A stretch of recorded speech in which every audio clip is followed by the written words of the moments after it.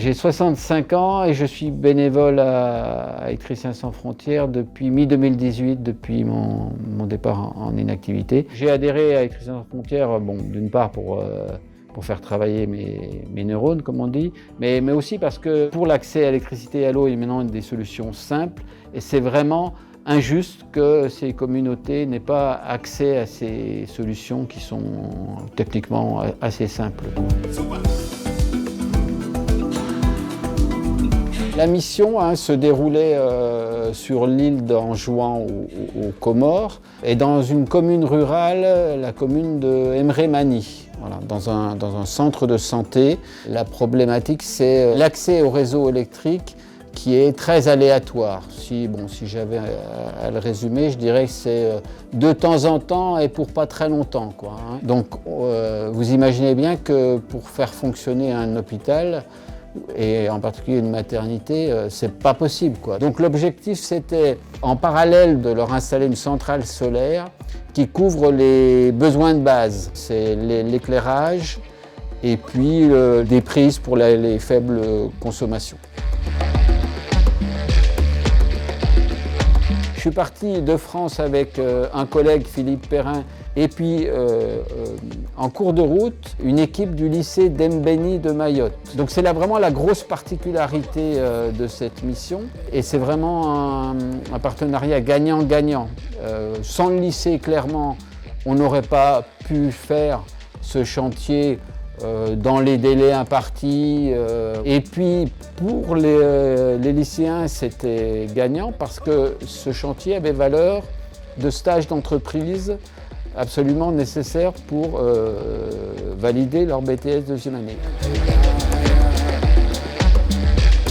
Travailler dans un centre de santé, c'est pas facile du tout, et ça demande vraiment une très bonne coordination entre le personnel médical et puis l'équipe.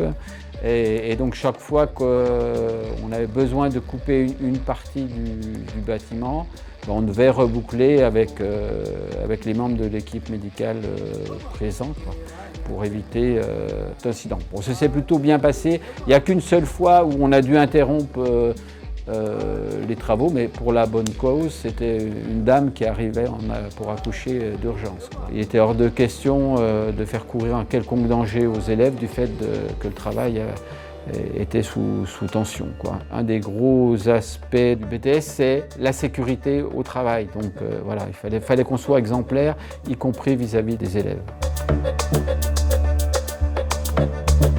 L'équipe médicale, dans son ensemble, les 3 médecins, la sage-femme et puis les 3 infirmières titulaires ont vraiment été soulagés par le résultat de la mission, puisque maintenant ils peuvent démarrer une intervention, y compris la nuit, sans appréhension. Ça a vraiment été un très grand soulagement et on a vraiment eu des remerciements très chaleureux de la part de l'équipe médicale. Le gros souci d'Électriciens sans frontières, c'est que les installations soient pérennes. Et donc pour ça, déjà, on a formé le technicien du centre, on a sensibilisé le personnel au bon usage de l'électricité photovoltaïque, parce que l'électricité photovoltaïque n'est pas inépuisable.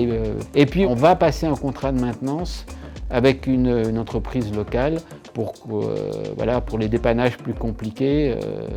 Voilà. Donc on a vraiment ce souci-là. Finalement, il existe des solutions simples pour sortir ces communautés de leurs problèmes de base. La difficulté, c'est le financement. Et donc je voudrais moi remercier Écosystème, qui a participé au financement de ce projet, parce que c'est là le cœur du sujet. La recherche de financement est toujours un peu longue, quoi. Et il y avait vraiment une très bonne ambiance, et j'étais agréablement surpris par l'engagement, le calme, la politesse de ces élèves.